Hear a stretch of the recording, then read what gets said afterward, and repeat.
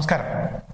ഈ അടുത്ത കാലത്ത് ഹൂത്തികൾ നടത്തിയ ആക്രമണത്തെക്കാളൊക്കെ, അതായത് ഇസ്രായേലിനെതിരെയും അമേരിക്കക്കെതിരെയും നടത്തിയ ആക്രമണങ്ങൾ പരിശോധിച്ചാൽ ഈ അടുത്ത കാലത്തൊന്നും നടത്തിയിട്ടില്ലാത്ത വിധം അതിശക്തമായ മാരകമായ ഒരു ആക്രമണം ഇന്ന് ഹൂത്തികളുടെ ഭാഗത്ത് നിന്ന് ഇസ്രായേലിനകത്തേക്കും അമേരിക്കക്കെതിരെയും ഉണ്ടായിരിക്കുന്നു എന്ന വളരെ പ്രധാനപ്പെട്ട വാർത്ത ഇന്ന് അന്താരാഷ്ട്ര മാധ്യമങ്ങൾ റിപ്പോർട്ട് ചെയ്തിട്ടുണ്ട്. ചെങ്കടലിൽ അമേരിക്കയുടെ യുദ്ധക്കപ്പലായ USS ഹാരി ട്രൂമാനെതിരെ മാരകമായ ഒരു നീക്കമാണ് ഹൂത്തികൾ നടത്തിയത്. അമേരിക്കയുടെ പെടലി നോക്കി ഹൂത്തികൾ അതിശക്തമായ പ്രഹരം ഏൽപ്പിച്ചിരിക്കുന്നു. അമേരിക്ക വീണ്ടും വീണ്ടും ഇവിടെ ഹൂത്തികളോട് കൊണ്ട എന്ന് പറയുമ്പോൾ ഹൂത്തികൾ ഇന്ന് മനസ്സറിഞ്ഞു തന്നെ അമേരിക്കക്ക് കൊടുത്തിരിക്കുന്നു എന്നുള്ളതാണ്. അമേരിക്കയുടെ യുദ്ധക്കപ്പലെടുത്ത് അമേരിക്ക എടപ്പാളോട്ടം നടത്തി ചെങ്കടലിൽ എന്ന വളരെ പ്രധാനപ്പെട്ട വാർത്തകളാണ് പുറത്തു വരുന്നത്. നിരവധി ക്രൂയിസ് മിസൈലുകളും ഡ്രോണുകളും ഉപയോഗിച്ച് ഹൂത്തികൾ അമേരിക്കയുടെ USS ഹാരി ട്രൂമാനെതിരെ നിരന്തരം ആക്രമണം നടത്തി എന്ന ഒരു വാർത്ത. ഹൂത്തികളെ സംബന്ധിച്ചിടത്തോളം നേരത്തെയും അവർ അമേരിക്കൻ യുദ്ധക്കപ്പലുകൾക്ക് നേരെ ആക്രമണം നടത്തിയിട്ടുണ്ട്.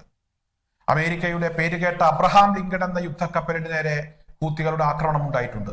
ഈ ആക്രമണം യുദ്ധക്കപ്പലിനെ സംബന്ധിച്ച് അത് ബാധിച്ചിട്ടില്ല എന്ന് അമേരിക്ക അവകാശപ്പെടുമ്പോൾ ഹൂത്തികളുടെ ആക്രമണങ്ങൾ, ഹൂത്തികളുടെ ആയുധങ്ങൾ അബ്രഹാം ലിങ്കണിൽ നേരിട്ട് ചെന്ന് പതിക്കുന്നതിന്റെ ദൃശ്യങ്ങളാണ് ഹൂത്തികളുടെ ലോകത്തിന് കാണിച്ചു കൊടുത്തത്. അതായത് അമേരിക്കൻ കപ്പലിന്, വലിയ പ്രതിരോധ സംവിധാനമുള്ള അമേരിക്കൻ കപ്പലിന് ഹൂത്തികളുടെ ആയുധങ്ങളെ ഇവിടെ ഒരിക്കലും അവർക്ക് പ്രതിരോധിക്കാൻ കഴിഞ്ഞില്ല എന്നതിന്റെ തെളിവ് ഹൂത്തികൾ ലോകത്തിന് കാണിച്ചു കൊടുത്തു എന്നുള്ളതാണ്.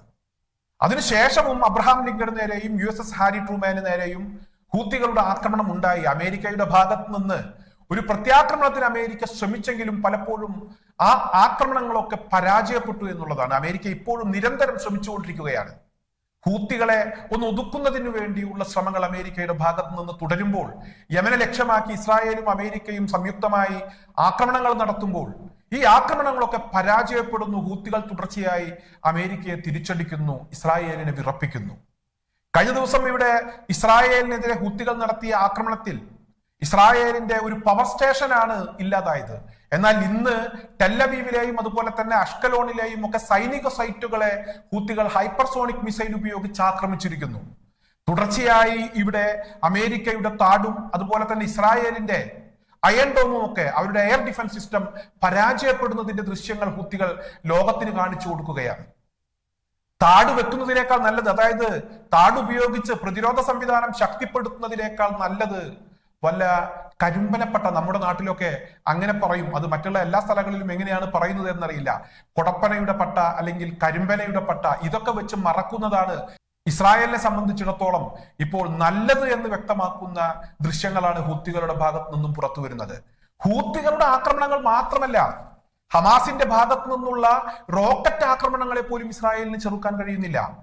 ഈ കഴിഞ്ഞ ദിവസം ഇസ്രായേലിനകത്തേക്ക് ഹമാസ് തുടർച്ചയായി റോക്കറ്റുകൾ വിക്ഷേപിച്ചിരുന്നു. ആദ്യത്തെ ചില ആക്രമണങ്ങൾ ഇസ്രായേലിനെ സംബന്ധിച്ച് അവർ തടുത്തപ്പോൾ ചില ആക്രമണങ്ങൾ ലക്ഷ്യത്തിലെത്തി, ചില വീടുകൾ ഭാഗികമായി തകർന്നു.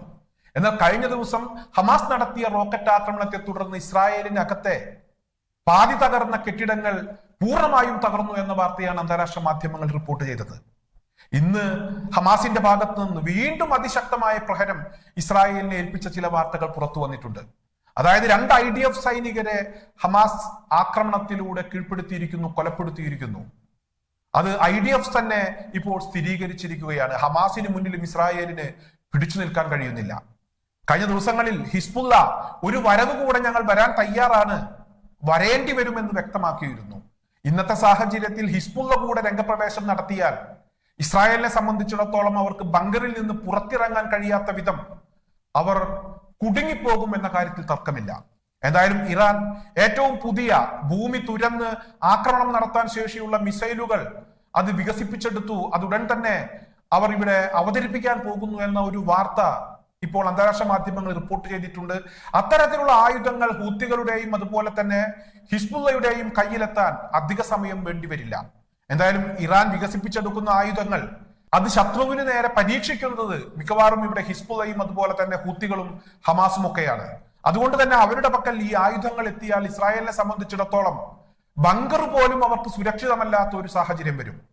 ഇപ്പോൾ ഇവിടെ ഹൈപ്പർസോണിക് മിസൈൽ ഉപയോഗിച്ചുള്ള ആക്രമണവും അതുപോലെ തന്നെ റോക്കറ്റ് ഉപയോഗിച്ചുള്ള ആക്രമണവും ഒക്കെ ഇസ്രായേലിനെതിരെ നടക്കുമ്പോൾ അപായ സൈറനാണ് പലപ്പോഴും ഇസ്രായേലികളെ ബങ്കറിനകത്തേക്ക് നയിക്കുന്നത്.